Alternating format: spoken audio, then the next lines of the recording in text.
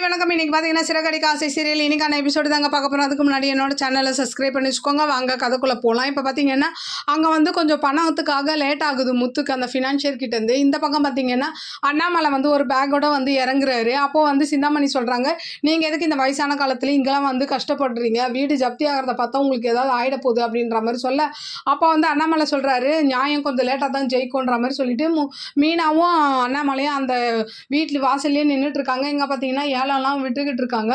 ஒரு ஸ்டேஜுக்கு அப்புறம் சிந்தாமணி தான் என்ன பண்ணுறாங்க, 52 லட்சத்துக்கு எடுக்கிறாங்க.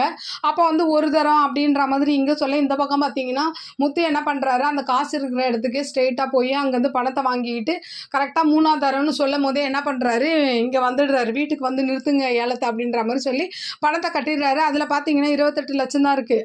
அப்போது சிந்தாமணி சொல்கிறாங்க, 38 லட்சம் தானே, இன்னும் 10 லட்சம் கொடுத்தா தான் வீடு தர முடியுன்ற மாதிரி சொல்ல, அதுக்கப்புறம் அண்ணாமலை கிட்டேருந்து அந்த காசை எடுத்து கொடுக்குறாங்க. அப்படியே ஒரு மாதிரி சிந்தாமணி அதிர்ச்சியாக, என்ன எப்படி இந்த காசு வந்துச்சுன்னு யோசிக்கிறியா, இந்த மாதிரிலாம் நீ பண்ணுவேன்னு தெரிஞ்சுதான் எங்கள் அப்பா கிட்ட கொடுத்து நான் இங்கே எடுத்துகிட்டு வர சொன்னேன், மீனா கிட்டேருந்து அடித்த பணம்லாம் பொய் பணம் அப்படின்ற மாதிரி சொல்ல, ஒரு மாதிரி ஷாக்கிங்காக பார்க்குறாங்க.